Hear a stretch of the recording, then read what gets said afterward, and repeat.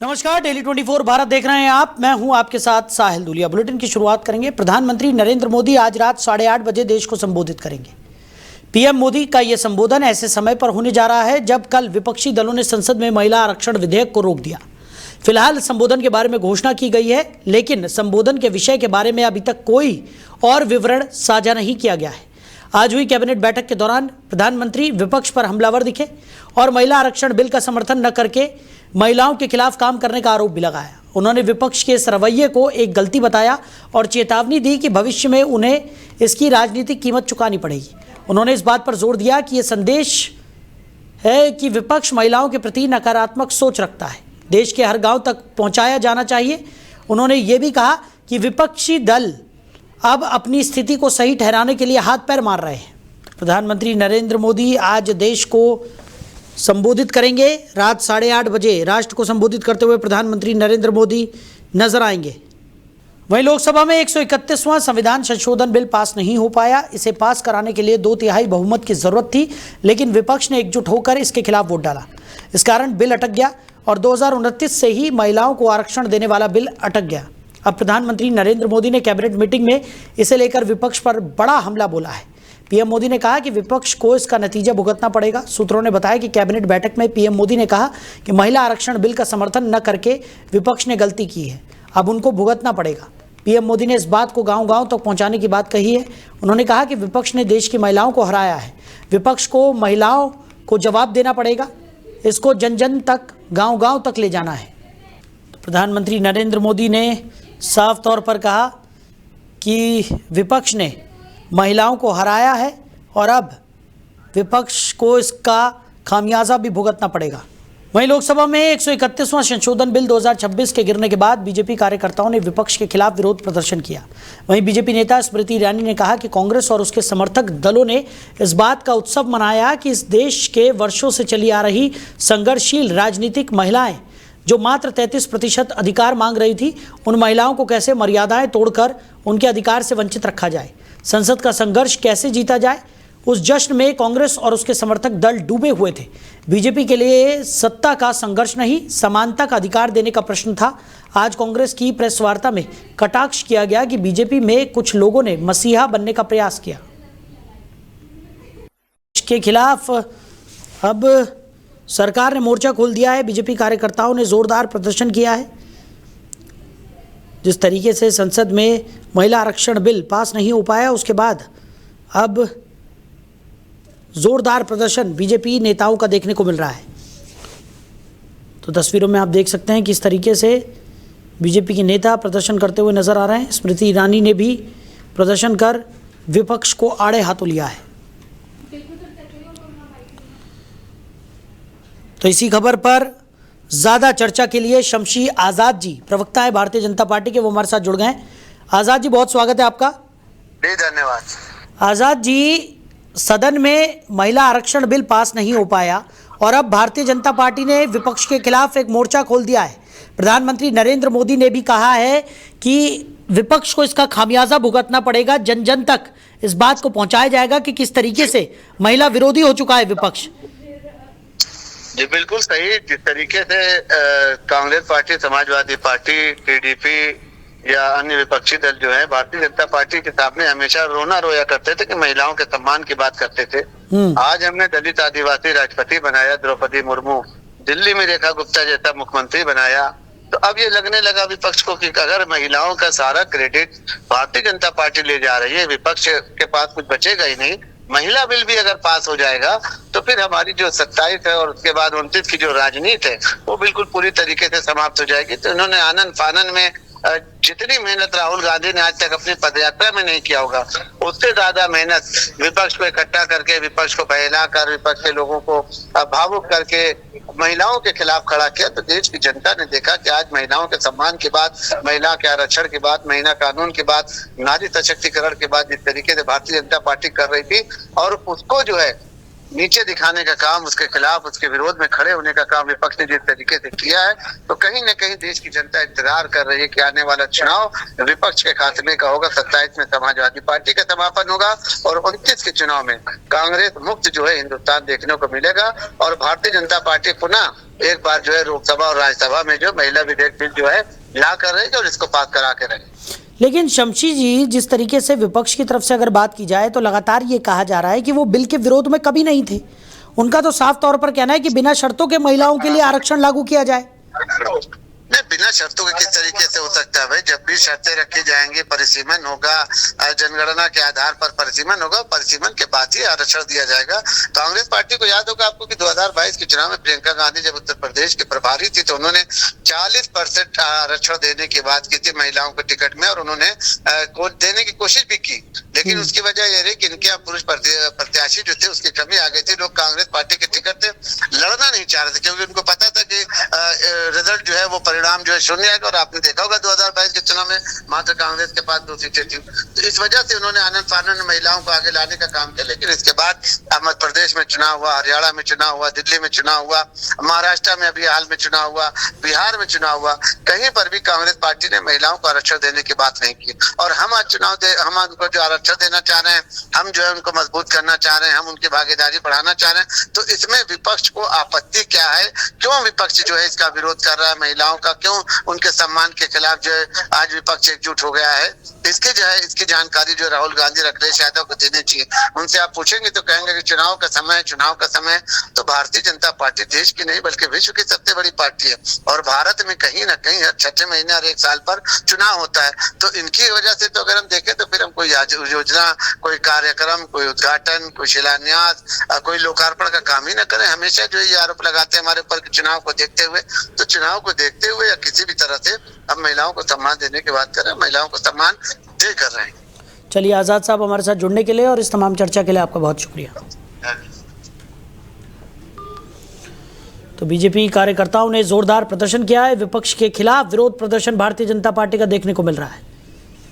वहीं महिला आरक्षण बिल के संसद में गिरने के बाद कांग्रेस महासचिव प्रियंका गांधी ने कहा कि हमने लोकतंत्र की रक्षा की है, हमने परिसीमन को लेकर आपको बता दें मोदी सरकार की साजिश को नाकाम कर दिया है। प्रियंका गांधी ने कहा कि मोदी सरकार ने महिला आरक्षण कानून पर 3 साल तक कुछ नहीं किया और अभी 2 दिन पहले ही एक नोटिफिकेशन जारी किया है, इसलिए उसे लागू करना चाहिए।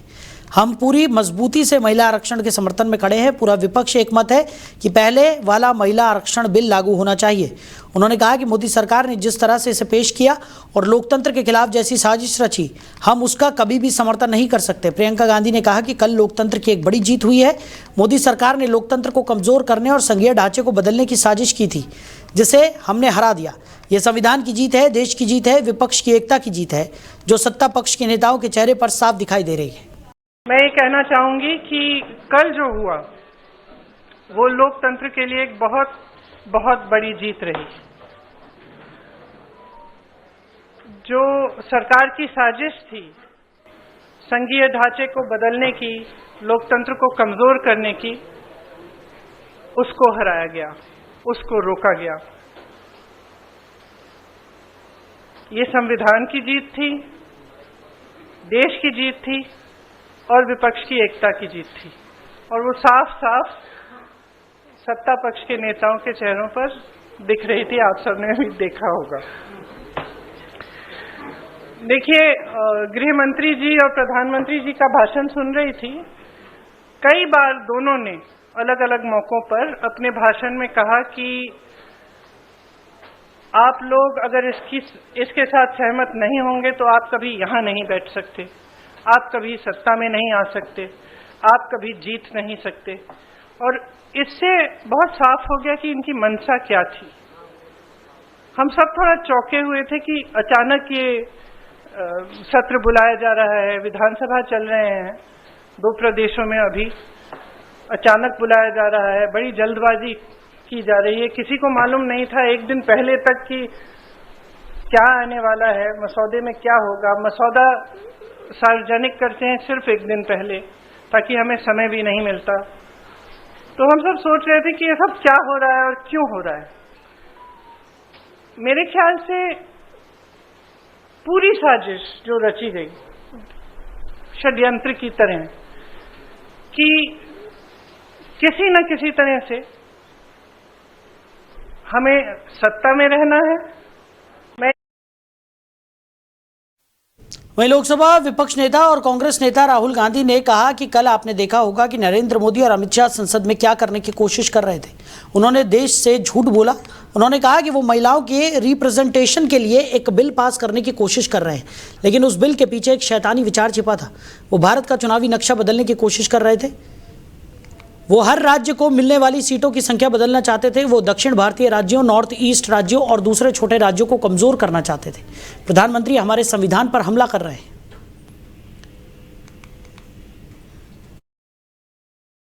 Yesterday, you might have seen what Mr. Narendra Modi and Amit Shah were trying to do in Parliament. They told the nation a lie. They said they were trying to pass a bill for women's representation. But hidden behind that bill was a diabolical idea. They wanted to change the electoral map of India. They wanted to change the number of seats that each state gets. They wanted to weaken the South Indian states, weaken the northeastern states, and weaken smaller states. You have already seen the Prime Minister attacking our constitution. वहीं तेलंगाना के मुख्यमंत्री रेवंत रेड्डी ने कांग्रेस नेता प्रियंका गांधी से मुलाकात कर उन्हें विपक्षी एकजुटता सुनिश्चित करने के लिए बधाई दी। मुख्यमंत्री ने कहा कि प्रियंका गांधी के मार्गदर्शन ने उस अलोकतांत्रिक संवैधानिक संशोधन को हराने में मदद की है जिसका मकसद दक्षिण भारत, पूर्वोत्तर और छोटे राज्यों को शक्तिहीन करना था। रेवंत रेड्डी ने प्रियंका गांधी की इस बात के लिए तारीफ की है कि उन्होंने विशेष सत्र के पीछे की सच्चाई को उजागर किया कि यह सत्र महिला सशक्तिकरण के लिए नहीं बल्कि महिला बिल की आड़ में अस्वीकार्य परिसीमन एजेंडे को आगे बढ़ाने के लिए था। मुख्यमंत्री रेवंत रेड्डी ने तेलंगाना की जनता की तरफ से राहुल गांधी और मल्लिकार्जुन खड़गे की कोशिशों का समर्थन देने के लिए प्रियंका गांधी का आभार व्यक्त जताया। रेवंत रेड्डी के मुताबिक प्रियंका गांधी ने इस बात को सही तरह से समझाया कि कैसे स्पेशल सेशन का उपयोग परिसीमन एजेंडे को छिपाने के लिए एक मुखौटे के रूप में किया जा रहा था। उन्होंने बताया कि महिला बिल पहले ही सर्वसम्मति से पारित हो चुका था, फिर भी इसे एक ढाल की तरह इस्तेमाल किया गया। वहीं प्रधानमंत्री नरेंद्र मोदी की अध्यक्षता में हुई कैबिनेट बैठक में केंद्र सरकार के लाखों कर्मचारियों और पेंशन भोगियों के लिए राहत भरी खबर सामने आई है। सरकार ने महंगाई भत्ते और महंगाई राहत में 2% की बढ़ोतरी को आधिकारिक मंजूरी दे दी है। इस फैसले से कर्मचारियों की मासिक सैलरी और पेंशन भोगियों की पेंशन में सम्मानजनक इजाफा होगा। केंद्र सरकार आमतौर पर हर साल जनवरी और जुलाई में डीए की समीक्षा करती है। ये बढ़ोतरी औद्योगिक श्रमिकों के उपभोक्ता मूल्य सूचकांक के आधार पर तय की जाती है। इस बार घोषणा में देरी के कारण केंद्रीय कर्मचारी संगठनों ने चिंता जताई थी। आमतौर पर सितंबर के अंत तक इसका ऐलान हो जाता है, लेकिन इस बार अप्रैल में हुई इस घोषणा से कर्मचारियों को एरियर के साथ भुगतान मिलने की उम्मीद है। दूसरा बहुत बड़ा फैसला आज लिया गया और मैं बहुत हार्दिक अभिनंदन करना चाहूंगा हमारे केंद्र सरकार के जितने भी कर्मचारी हैं और जितने पेंशनर्स हैं उनके लिए डीए और डीआर बढ़ाया गया, जिसकी टोटल लागत भारत सरकार को आएगी 6,791 crore rupees. Basically DA and DR 1 Jan 2026 से 60% ऑफ बेसिक पे हो जाएगा। 2% बढ़ाए 58 से 60 हुआ है, 60% ऑफ बेसिक पे हो जाएगा। टोटल करीब 50 लाख एम्प्लॉयज हैं और 68 लाख पेंशनर्स हैं भारत सरकार के। इन सब के लिए बहुत बड़ा ये बेनिफिशियल अवार्ड रहेगा।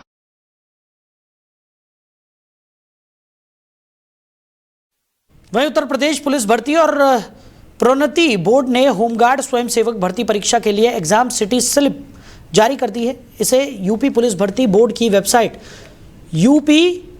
upppb.gov.in पर जाकर डाउनलोड किया जा सकता है। एग्जाम सिटी स्लिप में परीक्षा तिथि और जनपद शहर की जानकारी मिलेगी। हालांकि परीक्षा केंद्र की जानकारी इसमें नहीं मिलेगी। इसके लिए एडमिट कार्ड डाउनलोड करना होगा। एग्जाम सिटी स्लिप डाउनलोड करने के लिए उम्मीदवारों को अपना रजिस्ट्रेशन नंबर और जन्म तिथि डालकर लॉगिन करना होगा। होमगार्ड स्वयंसेवक भर्ती 2026 की लिखित परीक्षा प्रदेश के सभी 74 जिलों में 25 अप्रैल से शुरू होगी। ये परीक्षा 25, 26 और 27 अप्रैल को प्रतिदिन 2 शिफ्ट में होगी। पहली पाली सुबह 10 बजे से दोपहर 12 बजे और दूसरी पाली दोपहर 3 बजे से शाम 5 बजे तक होगी। यूपी पुलिस भर्ती बोर्ड ने स्पष्ट तौर पर बताया कि एग्जाम सिटी स्लिप सिर्फ ये बताने के लिए है कि परीक्षा केंद्र किस शहर या जनपद में है। यह लिखित परीक्षा का एडमिट कार्ड नहीं है। एडमिट कार्ड परीक्षा से 3 दिन पहले वेबसाइट पर जारी किए जाएंगे। वहीं ईरान ने हुर्मुज जल डमरू मध्य को फिर से खोलने के अपने फैसले को तुरंत पलट दिया है। इस अहम जलमार्ग पर फिर से पाबंदियां लगा दी गई हैं। अब जब अमेरिका ने कहा है कि इस कदम से उसकी नाकाबंदी खत्म नहीं होगी। ईरान की संयुक्त सैनिक कमांड ने शनिवार को कहा कि हुर्मुज जल डमरू मध्य पर नियंत्रण अपनी पिछली स्थिति में लौट आया है। उसने चेतावनी दी है कि जब तक ईरानी बंदरगाहों पर अमेरिका की नाकाबंदी लागू रहेगी तब तक जल डमरू मध्य से आवाजाही को रोकता रहेगा। ये घोषणा अमेरिकी राष्ट्रपति डोनाल्ड ट्रंप के उस बयान के अगले दिन सुबह की गई जिसमें उन्होंने कहा था कि अमेरिका नाकेबंदी पूरी तरह लागू रहेगी जब तक कि तेहरान अमेरिका के साथ कोई समझौता नहीं कर लेता जिसमें उसके परमाणु कार्यक्रम पर भी समझौता शामिल हो। ट्रंप के संदेशों के जवाब में ईरान की संसद के स्पीकर ने कहा कि ट्रंप ने 1 घंटे में 7 झूठे दावे किए हैं। अगर अमेरिकी नाकेबंदी जारी रहती है तो ईरान हुर्मुज जल डमरू मध्य को बंद कर सकता है। हुर्मुज जल डमरू मध्य खुला रहेगा या बंद और इसे नियंत्रित करने वाले नियम क्या होंगे, ये फैसला ज़मीनी हालात के आधार पर होगा, ना कि सोशल मीडिया के जरिए। वहीं ईरान ने देश के कुछ हिस्सों से उड़ानों को जाने की इजाज़त देने का फैसला किया है। ईरान के नागरिक उड्डयन प्राधिकरण ने इसकी जानकारी दी है। प्राधिकरण ने कहा है कि ईरान ने अपने हवाई क्षेत्र को आंशिक रूप से उन अंतर्राष्ट्रीय उड़ानों के लिए फिर से खोल दिया है जो उसके क्षेत्र के पूर्वी हिस्से से होकर गुजरती है। ईरान ने इजराइल और अमेरिका के 28 फरवरी को किए गए हमलों के बाद शुरू हुए युद्ध के चलते एयर स्पेस बंद कर दिया था। प्राधिकरण की ओर से जारी बयान में कहा गया है कि ईरान के हवाई क्षेत्र के पूर्वी हिस्से में हवाई मार्ग अंतर्राष्ट्रीय उड़ानों के लिए खुले हैं। साथ ही कई हवाई अड्डे भी फिर से खोल दिए गए हैं। ईरान की ओर से हवाई क्षेत्र खोले जाने के बावजूद एयरलाइन इस रूट को लेने में एहतियात बरत रही हैं। फ्लाइट ट्रैकर वेबसाइटों ने ईरान से एयर स्पेस खोले जाने के शुरुआती घंटों में अंतर्राष्ट्रीय उड़ानों के नहीं गुजरने की बात कही है। वहीं पश्चिम एशिया में जारी तनाव के बीच अब कूटनीतिक गतिविधियां तेज होती नजर आ रही हैं। ईरान और अमेरिका के बीच बातचीत का एक नया दौर पाकिस्तान की राजधानी इस्लामाबाद में होने की संभावना है, जहां दोनों देशों के प्रतिनिधिमंडल जल्द पहुंच सकते हैं। ये वार्ता ऐसे समय में हो रही है जब क्षेत्र में युद्ध जैसे हालात बने हुए हैं और अंतर्राष्ट्रीय स्तर पर संघर्ष को रोकने की कोशिशें तेज हैं। इस कूटनीतिक पहल को और मजबूती तब मिली जब तमीम बिन हमद अल थानी और रेसेप तय्यिप एर्डोगन ने पाकिस्तान के प्रधानमंत्री शहबाज शरीफ से मुलाकात कर शांति और संवाद के रास्ते पर जोर दिया। विश्लेषण के तौर पर देखें तो पाकिस्तान इस पूरे समीकरण में एक महत्वपूर्ण मध्यस्थ के रूप में उभरता दिखाई दे रहा है। हालांकि सवाल यह है कि क्या ये वार्ता ज़मीनी तनाव को कम कर पाएगी या सिर्फ कूटनीतिक औपचारिकता बनकर रह जाएगी। आने वाले दिनों में ये बैठक क्षेत्रीय स्थिरता के लिए निर्णायक साबित हो सकती है। तो फिलहाल इस बुलेटिन में मेरे साथ इतना ही। आप बने रहिए और देखते रहिए डेली 24 भारत। नमस्कार।